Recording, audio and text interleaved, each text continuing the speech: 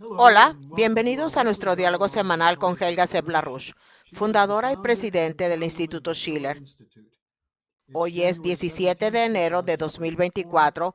Soy Harley Schlanger y seré su anfitrión. Si tienen preguntas o comentarios, pueden enviarlos a questions@schillerinstitute.org o publicarlos en la página de chat de YouTube. Helga, estamos en lo que podría describirse como una zona de mayor inestabilidad entre un orden unipolar desacreditado que se derrumba, defendido por una fuerza militar de Estados Unidos y la OTAN, y un orden emergente de cooperación mutuamente beneficiosa, a veces descrito de manera inadecuada como un orden multipolar. Las guerras y las provocaciones de Occidente continúan, incluso mientras avanza la diplomacia para la cooperación económica tipificada por el proceso del BRICS. Tú has señalado que este es un momento muy peligroso, pero también de gran potencial. Así que tenemos muchas preguntas de la gente sobre lo que se puede hacer para asegurarse de que esto vaya en la dirección correcta. Así que vamos a empezar con tu análisis de estas dos direccionalidades opuestas hacia los conflictos geopolíticos y la expansión de la guerra contra la cooperación y el desarrollo económico. ¿Hacia dónde nos dirigimos y qué puede hacer la gente para que vayamos en la dirección correcta? Permítanme empezar por el lado peligroso. Creo que nos encontramos claramente en una situación extremadamente peligrosa.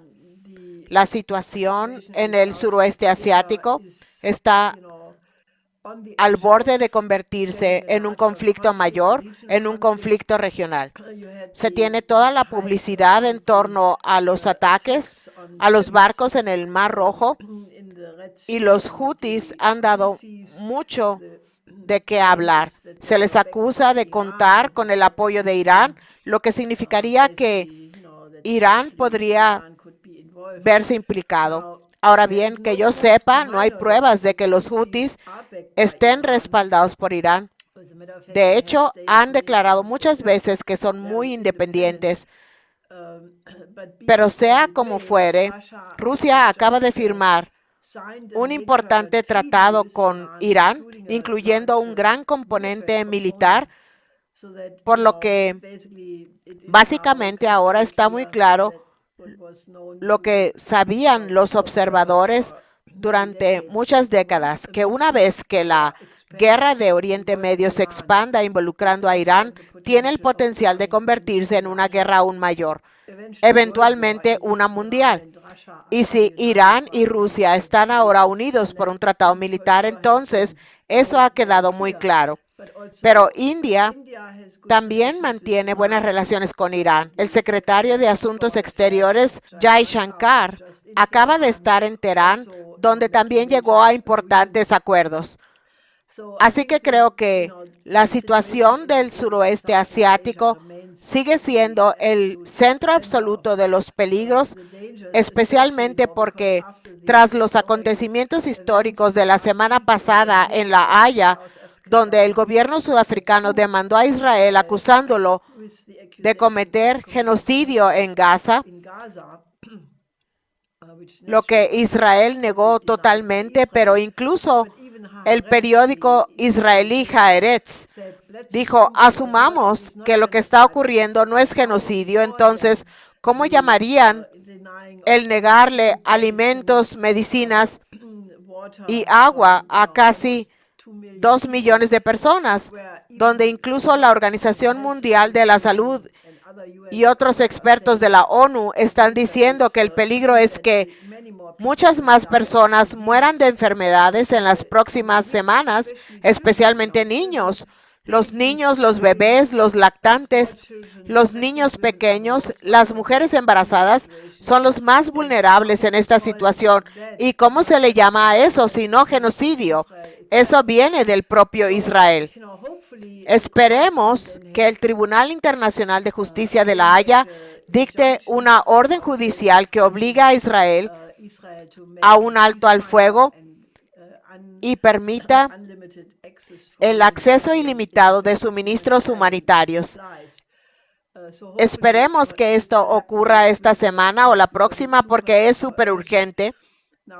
Ahora, ¿qué sucederá con el fallo de La Haya? Eso es obviamente La gran pregunta, normalmente pueden pasar varios meses antes de que se dicte sentencia.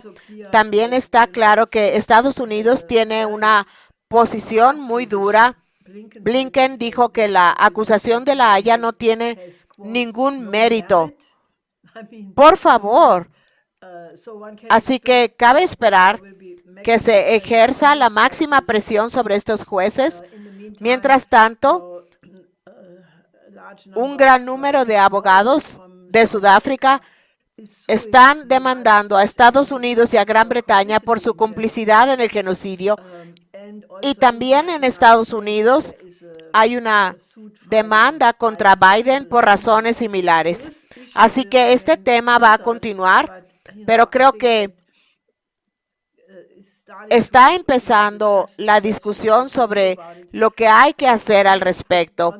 Lo que hemos puesto en la agenda en términos de un alto al fuego inmediato, de una conferencia global de Oriente Medio, y luego, sobre todo, se tiene que poner sobre la mesa la cuestión de una solución de dos estados, que sin embargo solo puede funcionar si se implementa el plan Oasis, que es la idea de un plan integral de desarrollo económico centrado en la creación de nueva agua dulce mediante la construcción de canales desde el Mediterráneo hasta el Mar Rojo y el Mar Muerto, y el uso de esa agua para la desalinización masiva, para regar los desiertos, y de esa manera crear las condiciones económicas para Israel y Palestina para trabajar en una solución de dos estados, pero con la idea de que todo el mundo se beneficiará de esta. Esa es la única forma viable de salir de esta crisis. Ahora, obviamente, lo que está sucediendo en Oriente Medio es solo un aspecto, porque el otro acontecimiento importante de la última semana, que no terminó la semana pasada, sino que comenzó el lunes de la semana pasada, el 8 de enero, con los agricultores alemanes apoyados por los sindicatos de transporte, de camioneros, de panaderos, de trabajadores calificados, empezaron una protesta de una semana en 100 ciudades de Alemania, en los 16 estados, bloqueando carreteras, haciendo grandes concentraciones, bloqueando el tráfico en todas estas ciudades y luego culminando en una gran manifestación en Berlín, en la puerta de Brandenburgo, el sábado 13 de enero, donde el ministro de Finanzas alemán, Lindner, habló también, invitado por la Asociación de Agricultores, y su discurso fue completamente abucheado porque dijo que no habría ningún compromiso sobre los recortes previstos por el gobierno en los subsidios al precio del combustible para los agricultores. Así que es una situación que no se ha resuelto. En la próxima semana los camioneros harán básicamente lo mismo, y mientras tanto las protestas se están extendiendo a Italia. El 22 de enero habrá una gran protesta de agricultores italianos y ya están estableciendo contacto con los agricultores alemanes, y ahora se está extendiendo a Francia, y los agricultores franceses están llevando a cabo protestas. Ahora bien, esto es obviamente la pesadilla absoluta de las élites que se han alejado completamente del interés cotidiano de la población hasta tal punto que es como un abismo, porque los gobiernos buscan sus juegos de poder y sus intereses específicos, y la población les perdió la confianza en casi todos los países. Así lo demuestra también el hecho de que en Estados Unidos Trump ganó las juntas electorales de Iowa con un 51%, y Ron DeSantis y Nikki Haley, los otros dos principales candidatos republicanos, obtuvieron entre los dos alrededor del 40% del voto. Así que Trump ganó con creces más que ellos dos juntos, y claramente se le reconoce como el favorito para ganar la candidatura republicana, lo que absolutamente tiene histéricos a las élites neoliberales de ambos lados del Atlántico. Pero como ocurrió con el primer voto a favor de Trump en 2016, está recibiendo el voto de su base, pero hay mucha gente que también está expresando su rechazo total al paradigma neoliberal. Así que tenemos una situación en la que las élites del llamado orden basado en reglas neoliberal, y nadie sabe cuáles son estas reglas, si es que alguna vez existieron, se han alejado de la población. Las élites están realmente asustadas. ¿Y qué hacen? Bueno, por un lado tienen este mega espectáculo en Davos, donde se reúnen todos los millonarios y multimillonarios y sus allegados. Esta vez el tema de la conferencia de Davos es restaurar la confianza. Pues bien, no van a restaurar la confianza porque para ello tendrían que cambiar de política y no hay señales de que estén dispuestos a hacerlo. Lo que tenemos en cambio, y creo que la gente debería prestar atención a esto, es que mientras el peligro de guerra es real y mientras la continuación de la política actual, si no se cambia, tiene el claro peligro de conducir a una guerra global. También hay en muchos países historias de horror a la guerra apareciendo en los medios de comunicación. En Bild Zeitung, por ejemplo, se afirmó la semana pasada, en reacción a las protestas de los agricultores, que supuestamente Bild Zeitung tenía en sus manos un documento filtrado del ministro de Defensa diciendo que puede haber una guerra con Rusia ya en el verano de 2025, que resulta ser el mismo tiempo de las elecciones alemanas. ¡Qué conveniente! Por lo que tal vez usted no necesita elecciones si existe este peligro de guerra. Cuentos similares han aparecido en Finlandia diciendo que habrá guerra en 2 años. Suecia habrá una guerra en 3 años con Rusia. Y uno debe ser realmente consciente del hecho de que hay una gran componente de guerra psicológica en todo esto, tratando de volver a controlar a la gente, que no salgan a las calles, que no desafíen a las políticas actuales porque existe este peligro de guerra. Y supuestamente los enemigos son Rusia, China, Irán, etcétera. Así que hay que diferenciar entre el peligro real, que esta confrontación geopolítica actual en la que la OTAN, los países de Europa, Estados Unidos, más algunos otros como Japón, Australia, Nueva Zelanda, Corea del Sur, que de alguna manera están tratando de formar un bloque contra el BRICS Plus, el sur global, la mayoría global. Pero si nos fijamos en las cifras, los países de la Alianza del Atlántico Norte, que ahora afirman que tienen algún negocio en el Pacífico, por las razones que sean, son la minoría. En cambio, la mayoría global es el 85% de la población mundial y está decidida a desarrollar un nuevo sistema económico que permita el desarrollo económico de todos ellos. Trabajan con China porque su ascenso les ha proporcionado una alternativa al modelo imperial neoliberal occidental. Y en lugar de decir, ¿cómo podemos hablar con estos países? ¿Cómo podemos cooperar y resolver juntos los problemas del mundo? Occidente está tratando de mantenerse en su posición unipolar, que en cualquier caso ya ha perdido irreversiblemente, pero no quiere admitirlo. Así que mientras dure esta confrontación geopolítica, el peligro de guerra es muy real y aumentará. Lo que la gente puede hacer es apoyar a los agricultores que necesitan el apoyo unificado de toda la población, de todos los segmentos, y tenemos que lograr un paradigma completamente nuevo de trabajar juntos como la humanidad única y dejar de pensar que Rusia, China y el sur global son el enemigo de la humanidad, porque no lo son. Tenemos, como dije, muchas preguntas que llegaron antes del inicio del diálogo. Déjenme recordarles que están escuchando a Helga Sepp-LaRouche. Todavía tienen oportunidad de hacerle ver qué es lo que piensan. Pueden enviar sus preguntas a schillerinstitute.org. Tenemos dos preguntas de Munashe que dijo, en las actuales tensiones geopolíticas, ¿cuáles son los pasos clave que se pueden dar para promover un diálogo y una negociación entre las potencias mundiales y la mayoría global? ¿Y cómo pueden contribuir los principios fundamentales que ha propuesto a dar forma a este nuevo paradigma? Lo óptimo sería, obviamente, que el Consejo de Seguridad y la Asamblea General de la ONU o alguna organización por el estilo los incluyeran en la agenda y dijeran, necesitamos una nueva arquitectura de seguridad y desarrollo. Discutamos cuáles son los componentes de esto para que funcione.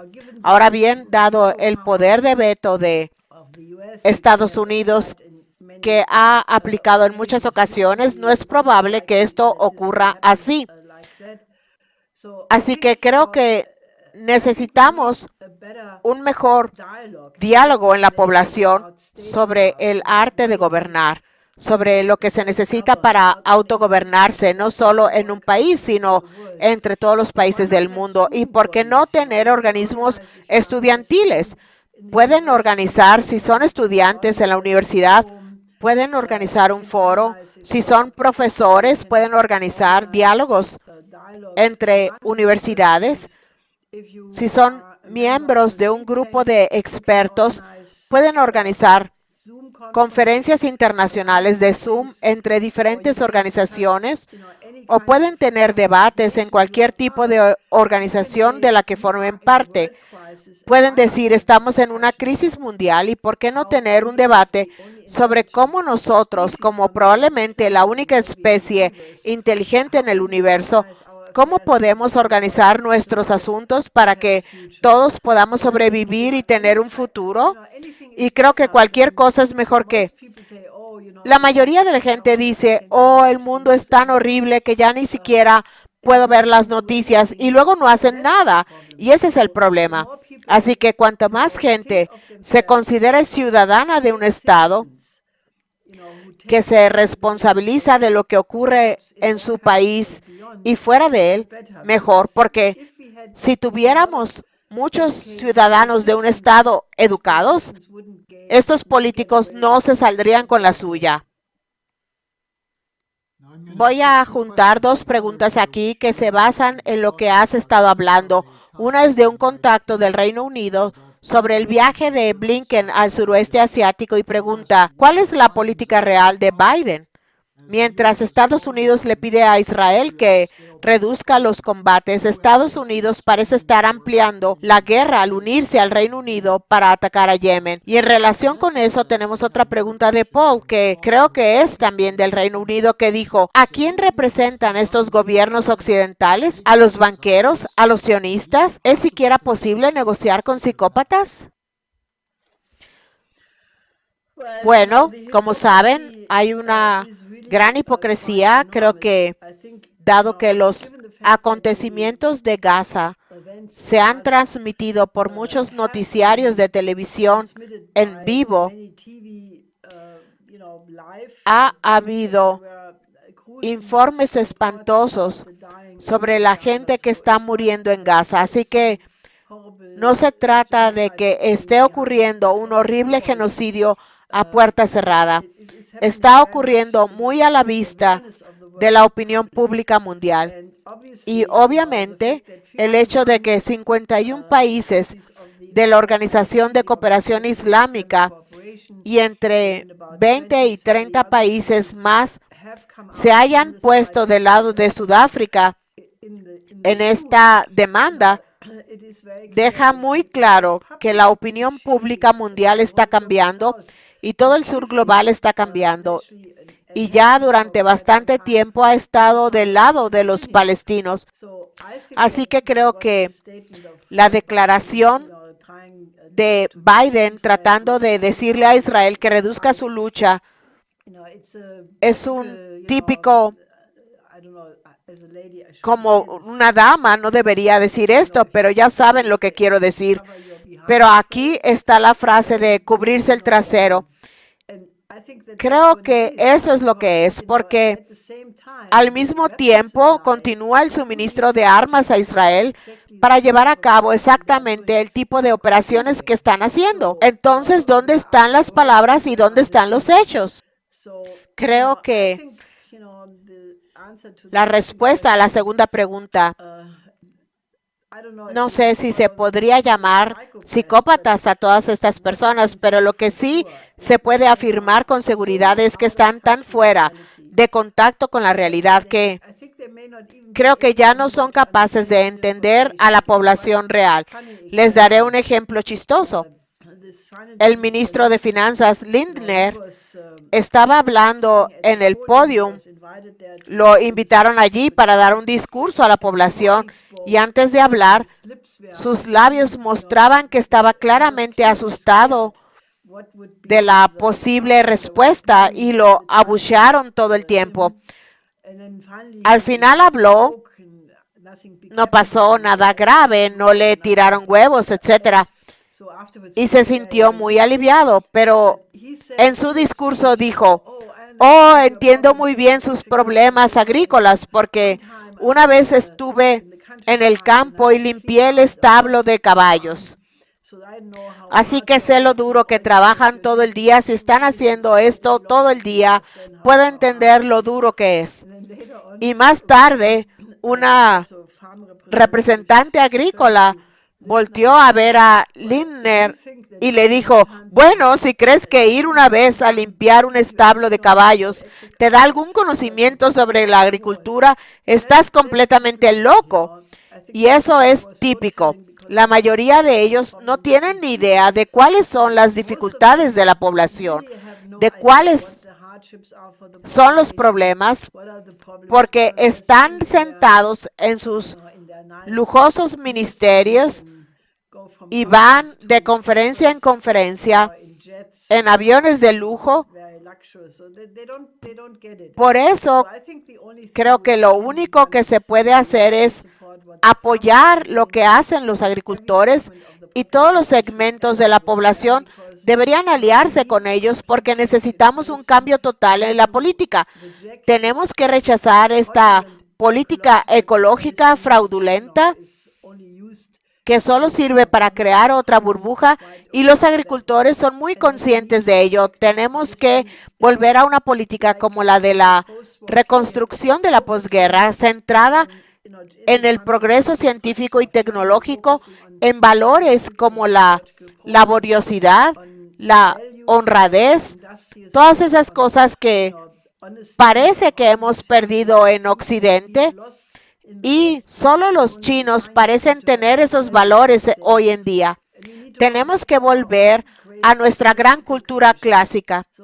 Así que no es que no haya forma de resolverlo, pero sí requiere la intervención mucho más activa de muchos ciudadanos. De nuevo, están escuchando a Helga Sepp-LaRouche. Acabamos de publicar un artículo de Helga en la página del Instituto Schiller sobre las manifestaciones de los granjeros. Helga, tenemos una pregunta de India, de uno de los firmantes de nuestras iniciativas, y pregunta, ¿cómo ayudaría una moneda del BRICS a superar los problemas económicos de los países del tercer mundo?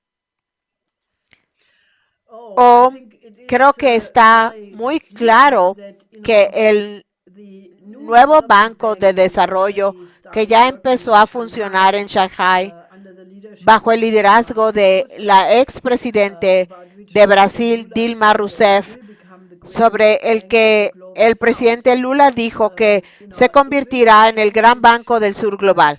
Será un banco como algunos otros bancos que ya existen en torno a la iniciativa de la Franja y la Ruta, que otorgará créditos para las inversiones en las áreas productivas como la industria, la agricultura, la infraestructura, la ciencia, la tecnología.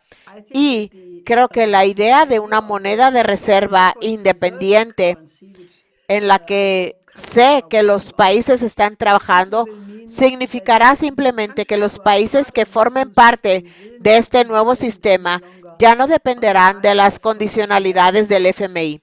Somos conscientes de estas condicionalidades del FMI desde hace muchas décadas, porque son en gran parte responsables de la condición actual de muchos países en desarrollo. En realidad, antes de que China entrara en escena, porque prohibían invertir en la infraestructura, en el sistema de salud y en la educación, y obligaban a los países a pagar primero su deuda. Así que si quieren hablar de una trampa de la deuda, no es China la causante de la trampa de la deuda. La mayor parte de la deuda de las naciones africanas, por ejemplo, se debe a los bancos del Club de París.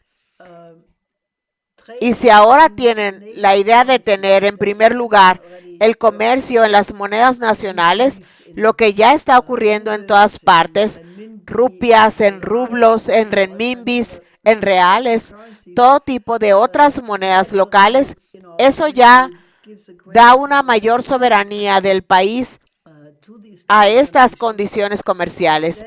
Pero sobre todo, cuando se tiene un sistema de crédito que funciona como una cámara de compensación entre los diferentes sistemas nacionales, como cada país debería tener un banco nacional, y luego se tienen las cámaras de compensación para regular las inversiones internacionales a largo plazo entre los diferentes países. Esto estará totalmente regulado por la decisión soberana de estos países y no por algunos criterios políticos y sermones de que los países deben hacer los siguientes cambios sociales o tener democracia o el Estado de Derecho, que son todos sinónimos de alguna intervención en los asuntos internos de los respectivos países.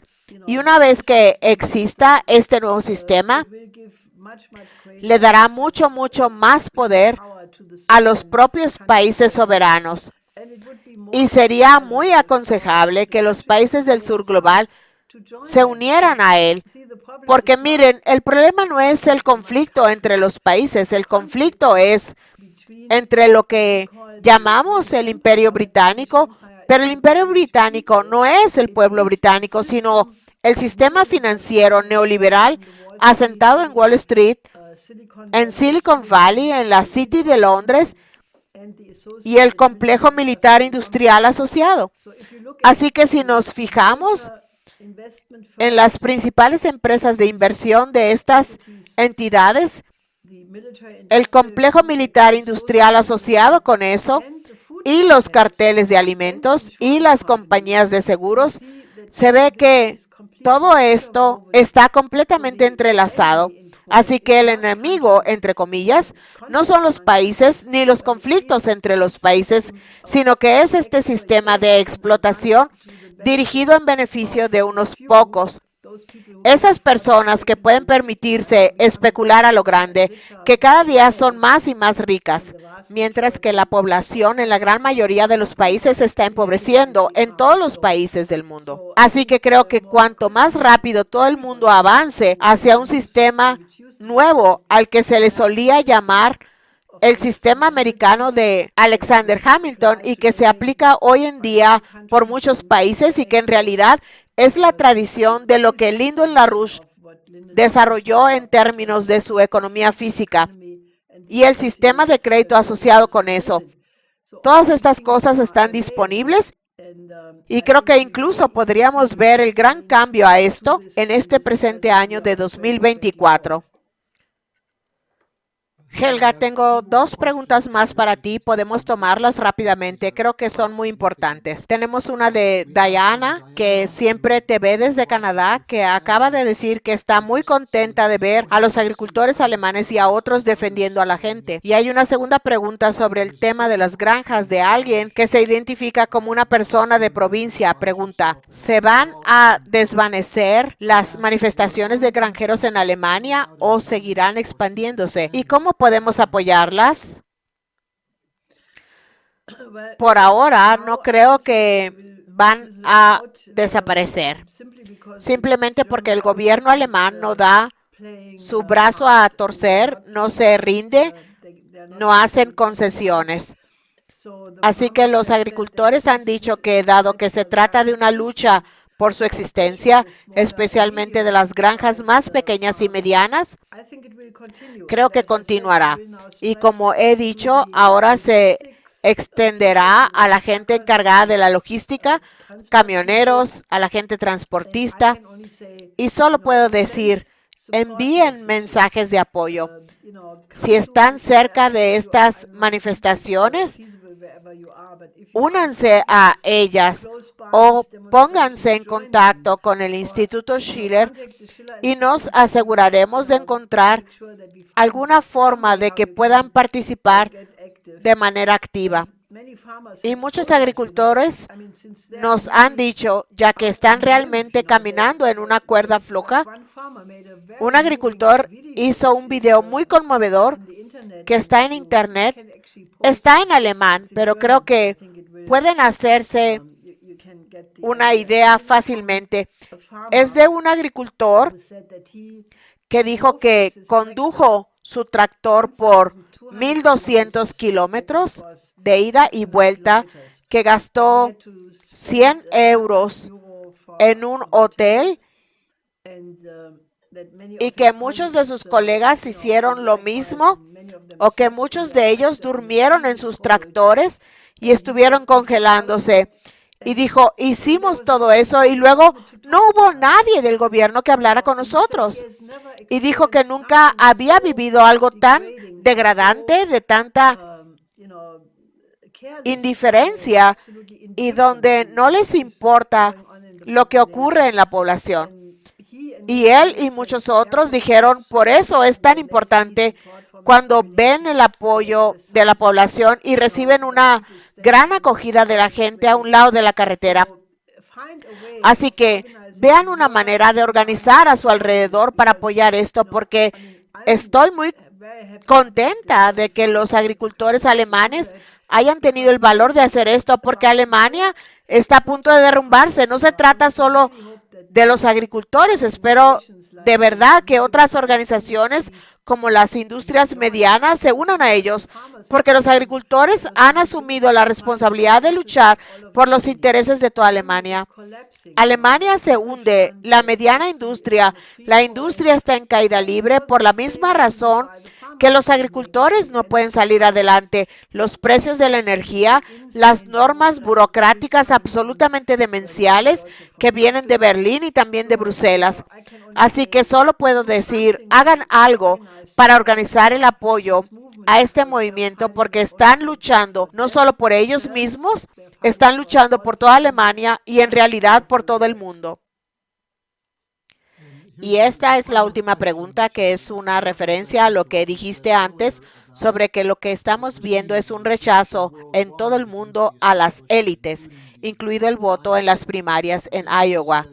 Daniel dice, no veo el voto de Iowa como una reacción al colapso de Occidente, sino como una protesta contra la inmigración. ¿Qué opinas al respecto?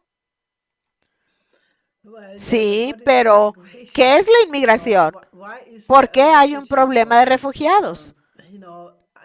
Creo que todos los problemas del mundo pueden reducirse realmente al hecho de que el llamado orden basado en reglas, especialmente tras el final de la Guerra Fría, fue un producto de que el comunismo se estaba derrumbando por voluntad propia, sin violencia, sin tanques, se estaba desintegrando pacíficamente y teníamos una propuesta para un plan de paz. Era de Lyndon LaRouche y nuestra organización propusimos el puente terrestre euroasiático para conectar toda Europa y Asia a través de corredores de desarrollo y también conectarlos con corredores similares en África, Latinoamérica y Asia. Esa habría sido la base económica de un plan de paz. Habría significado volver a la idea original de Franklin Delano Roosevelt en lo que él pensaba que debería haberse convertido el sistema de Bretton Woods, es decir, en un mecanismo para aumentar enormemente el nivel de vida en el llamado sector en desarrollo. Ahora bien, Roosevelt murió en el momento equivocado. Truman tomó el control junto con Churchill y diseñaron el sistema de Bretton Woods para no acabar con el subdesarrollo de los países en desarrollo. Así que el colonialismo continuó.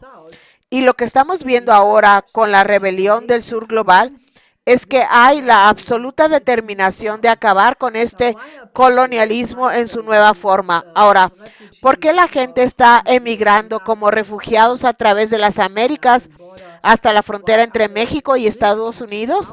¿Por qué se arriesgan a ahogarse en el Mediterráneo para llegar a Europa donde no se les trata nada bien? ¿Por qué hay un problema de refugiados? Debido a la falta de desarrollo. Si hubiera países prósperos en África, Latinoamérica o Asia, la gente se quedaría en casa. A todo el mundo le gusta más su hogar que un país lejano. Así que la cuestión de los migrantes como tal ya es el resultado de este colonialismo en su forma moderna. Y no estoy segura de que Trump, si llega a ser presidente, tenga la sabiduría de aliarse con los países del sur global, porque esa es la única forma en que se puede resolver este problema. Así que creo que usted debería reconsiderar esto, porque puede que no sea tan fácil y tan sencillo, pero creo que lo que se tiene ahora mismo es una revuelta del sur global y una revuelta de los países que protestan contra las condiciones colonialistas contra ellos y la lucha de los agricultores que protestan contra el mismo mecanismo, el mismo sistema financiero, los mismos carteles, las mismas estructuras. Entonces se puede reconocer que la situación está mucho más conectada de lo que se podría pensar. Permítanme señalarle al público que vamos a tener una conferencia internacional de jóvenes. La gente debería participar desde cualquier parte del mundo para discutir cómo formar parte de este movimiento organizativo. Vamos a publicar en el chat un enlace a la conferencia. Es este sábado 20 de enero a las 11 de la mañana, hora del este, y a las 5 hora de Europa Central. Helga, gracias por acompañarnos hoy y esperamos volver a verte la semana que viene. Sí, contáctenos para estar activos con nosotros.